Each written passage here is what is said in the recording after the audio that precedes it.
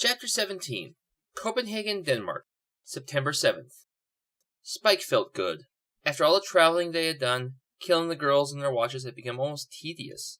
It had hurt the council, that much was true, and for a while their creativity and Drusilla's wonderland of an imagination had kept it interesting. But that part was over. No more slayers in waiting. No more knocking about with Skrymir's mysterious mission. Time to kill the slayer and then go demand Freya Strand from the ice demon. Head cocked to one side, he stood with his back to the shadows. To his left, Drusilla held the watcher by her hair, the torture woman whimpering with each twitch of his lover's hands.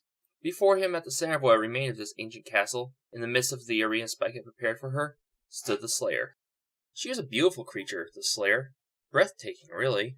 Her hair was fine spun gold, and it hung over her shoulders in natural curls. Stray strands of hair partially obscured her face and made her look mysterious, all the more beautiful, but far more deadly as she eyed him steadily, her sword firm in her hands. She wore a long cotton dress, almost featureless save for the modern collar. It was blue, almost black in the blaze of illumination in that dingy chamber. Her legs were long and lithe, tanned from her travels. She stepped out of her shoes and stared at him with soulful eyes, as though she were preparing to make love to him rather than cut his head off. Spike licked his lips. He had been aware of the girl's penchant for swordplay and armed himself accordingly. He held a long sword, half forgotten, in his right hand. As he studied her, he set its tip into the stone floor and rested his hand upon the hilt as though it were a cane or walking stick. "You are something, aren't you?" he asked her. "Sophie, isn't it? The last slayer I killed wasn't nearly as pretty. Deadly little thing, but not quite as stirring, if you know what I mean." He could hear Sophie's breathing from across the room, steady and deep. She moved a step or two to either side, taking his measure. Up until he'd mentioned that other slayer, then her eyes had widened just slightly. "They didn't tell you that part, did they?" Spike asked, gleefully. He stood up a little straight, pompous as could be, and enjoying himself. "Of course it's been 40 years. I hope I haven't lost my touch." Sophie's blade wavered just slightly, catching the light from the torches on the walls behind her. "Nice sword, by the way. Ought to fetch a lovely price. If I don't decide to hold on to it, of course." Spike studied her, frowning. "You're a bit too quiet for my taste, girl." He glanced at Drew. "Hurt her?" The Slayer flinched. Drusilla did not respond. Spike looked over at her, a bit surprised. Drusilla glared at him, feeling hurt and petulant. She tugged hard on the watcher's hair. Yana cried out in pain, but Drusilla had replaced her gag and she could voice no other protest. Not that it would have done her any good. Drusilla imagined that her eyes were the sun, and where her gaze touched Spike, his flesh burned. "What is it, Drew?" he asked a bit tiredly. Furious, she glanced away. When she turned back to burn him with her eyes again, her mind was filling with thoughts of punishment. "You're flirting with her." Spike's eyes widened. "Bollocks, Drew! I am not. Just savoring the moment is all." "The air gets all pink when you look at her. I don't like it," Drusilla said firmly, pouting a bit. "All right, Poodle, not to worry. The air will be nice and red in a moment, won't it?" "You know you're my only girl," Spike told her, shooting a cautious glance at the Slayer. "We'll just move things along, shall we?" With that, Drusilla stopped pounding and allowed a tiny smile to touch the edges of her mouth. She tugged harder on Yenna's hair, and the watcher yelped, but only a little. The woman's eyes gazed past and through Drusilla, as though she were not even there. Drew hated that. "I don't like your eyes," she said, quite matter-of-factly. "I think I'll pluck them out." The Slayer moved then, her sword whickering through the air. She cut through the broad chamber as though she herself were a weapon. Drusilla glanced at her and gave a dismissive wave. As she expected, Spike was there in an instant, his sword clanging loudly off the Slayer's own blade. The girl twisted, then spun back and away from them, ready to continue. But the air around her had gone from pink to deep, deep blue, tinged with streaks of red. Blood and darkness. "Let Yenna go!" the Slayer demanded. "If you let her run, I vow to you I will not even fight you. My life is yours. Just let her run." Spike frowned, then snickered a bit. "You don't really think we'd go for that one, do you? Not like you Slayers are known for keeping your end of a bargain. Particularly with us sharp-toothed lads. Make a deal with you? Bugger that." He took a step toward her, picking up his sword and laying it across his shoulder like a lady with a parasol. The Slayer reacted, slipping sideways across the floor like a dancer, sword tilted to one side and up, ready to attack or to parry a blow. "You know what I think, Sophie, dear? I think you're afraid of me. Not that I blame you. I am a nasty old sod after all. The big bad. You've been following us around the world, haven't you? You've seen what we can do. Now herself over there has had a vision, hasn't she? You know what's to come, what's to become of you. Might as well put your neck in the noose, love." "I'll say it one final time," Sophie told him, nostrils flaring, chin high, baring the soft flesh of her long neck. "Let her go." Spike grunted. No trace of a smile remained on his face. "Now you've got me angry." He looked at Drew. "Poodle?" Drusilla studied Yenna's eyes with an oddly disturbed expression on her face. almost as though she felt insulted somehow. Then she slammed the watcher's head back against the stone floor with a resounding crack. "Yenna!" the Slayer cried, eyes darting from Spike to Drusilla, her expression desperate. "Oh, I like the sound of that," Drusilla cried happily. She let the woman slump to the ground and clapped her hands giddily. Then she knelt primly on the ground and crossed her hands on her lap. "Go on, then," she told Spike. "Kill her, like you promised. I want to watch." "You always did like to watch," Spike told her lovingly. They turned his full attention on the Slayer. They saw in her eyes in an instant. She was over the edge. The girl had probably not even bothered to see if her watcher was still breathing, if the woman's chest still rose and fell. It did, but the Slayer was much too far gone for such thoughts. She was pure rage now. That and fear. Much as she tried to hide it, he could practically smell the fear off her. "Last time you caught me unaware," Spike told her. "No chance of that now, girl. You know how it's got to end." "Come then," Sophie said, nodding for him to approach her. "Let's end it." Though she spoke in words close to a whisper, there was a queer echo in the chamber.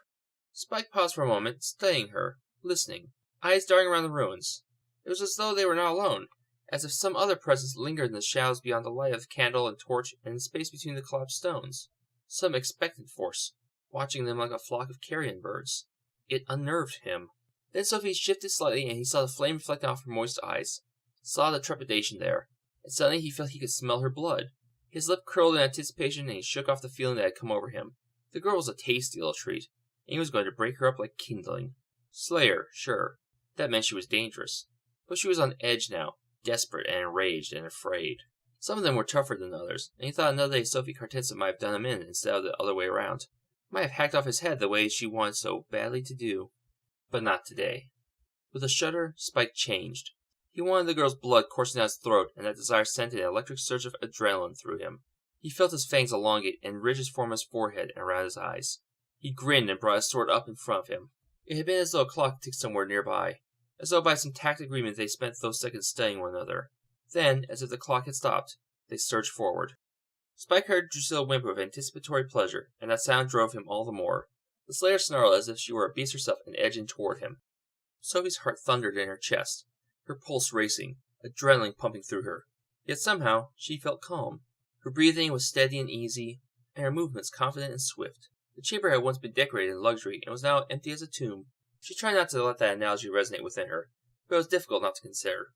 Exhaustion frayed the edges of her mind as well as her nerves.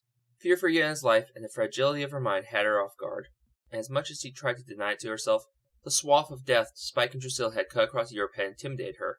So many had been murdered, in such brutal fashion, they seemed unstoppable. Which was absurd, of course. They were vampires, and she was the Slayer. "Come on, then," she taunted Spike as he edged around her warily. "Kill me!" "Don't mind if I do," he chirped happily. With a roar and a powerful swing, Spike leaped in, pivoting on his leading foot, and brought his blade down at an angle clearly meant to hack her in two. Sophie's heart fluttered in her chest, and she held her breath as she grabbed the flat of her sword near the tip and used it almost like a staff to block the blow. The clash of metal reverberated around the chamber, and the strength of the blow sent a painful quiver running up her arms to her shoulders. Spike was far from done. He moved in again, swinging the blade down in a similar attack. Sophie used her own considerable strength to bring her sword around in a fast arc, moving closer to him rather than away. She parried his blow, but kept going, inside his defenses. Her sword strike had carried her hands around to protect her, but she stepped in even closer and slammed an elbow into Spike's face. There was a satisfying crack as his nose broke. It would heal, of course, but only if she let him live that long. Spike staggered back, a few drips of blood on his upper lip. "Oh, that's smarts, young miss," he said, grinning evilly, the handsome, charismatic Englishman no longer even visible beneath the face of the vampire. His tongue lashed out and tasted his own blood. With a roar, he came at her again, more cautious this time. Their blades flashed in the candlelight, metal clashing, ringing and resonating through the chamber. Drusilla whistled and applauded and cried out happily.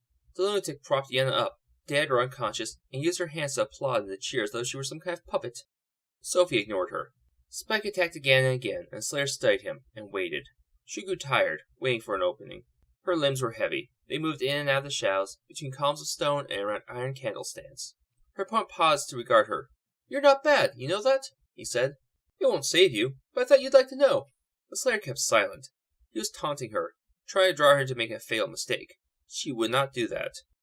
But she made him think she had. Spike backed Sophie toward a fallen stone column, hoping to trap her there with her back to it. Sophie leaped up on top of it, knowing he would take that moment to attempt to end it. He feinted with his blade at her left side, a move he had almost succeeded in catching her off guard with several times. Sophie also fainted. She let Spike think she was going for it. The vampire reversed direction, spinning inhumanly fast, bringing his blade all the way around in a wide arc that would have cut her in two where she stood atop the fallen column. Drusilla cried out in lustful triumph. Spike had the Slayer exactly where he wanted her to be. Or he would have, if she had been tricked by his feint. When he reversed direction, bringing his blade around to finish her, Sophie leaped up, the top of her head nearly grazing the ceiling of the chamber. Spike had nearly completed his turn, blade coming around before the kill, when Sophie snap-kicked in midair. Her boot caught him in the face, and Spike's head rocked back hard. Off balance, he lost his sword and went down in a heap on the stone floor. Her heartbeat thrummed in her chest.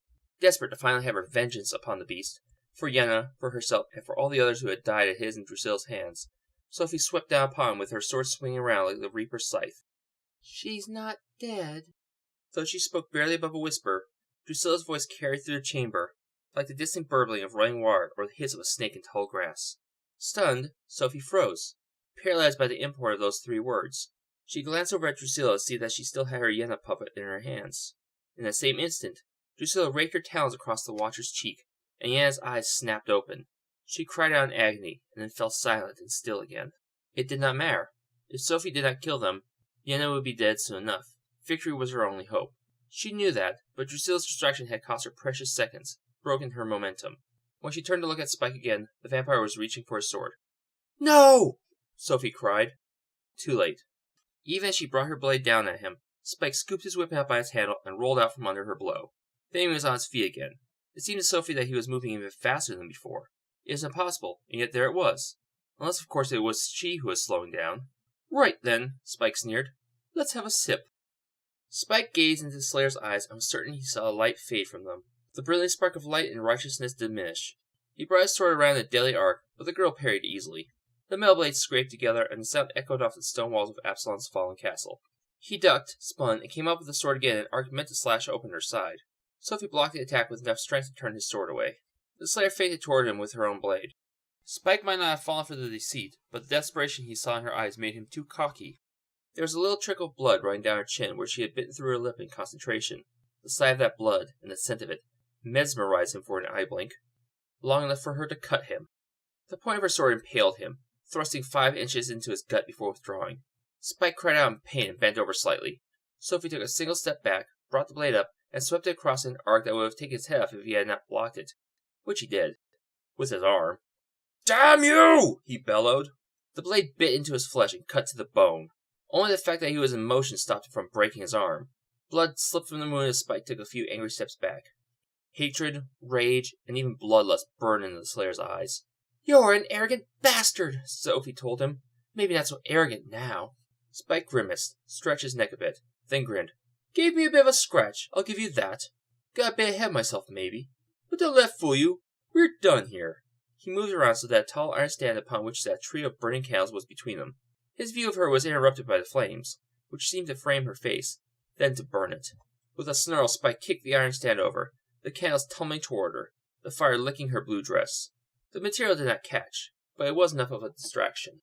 Spike lunged for her. She dodged graceful as a dancer, spinning out of his way, but he had watched her move. He anticipated her escape and swiftly moved to meet her.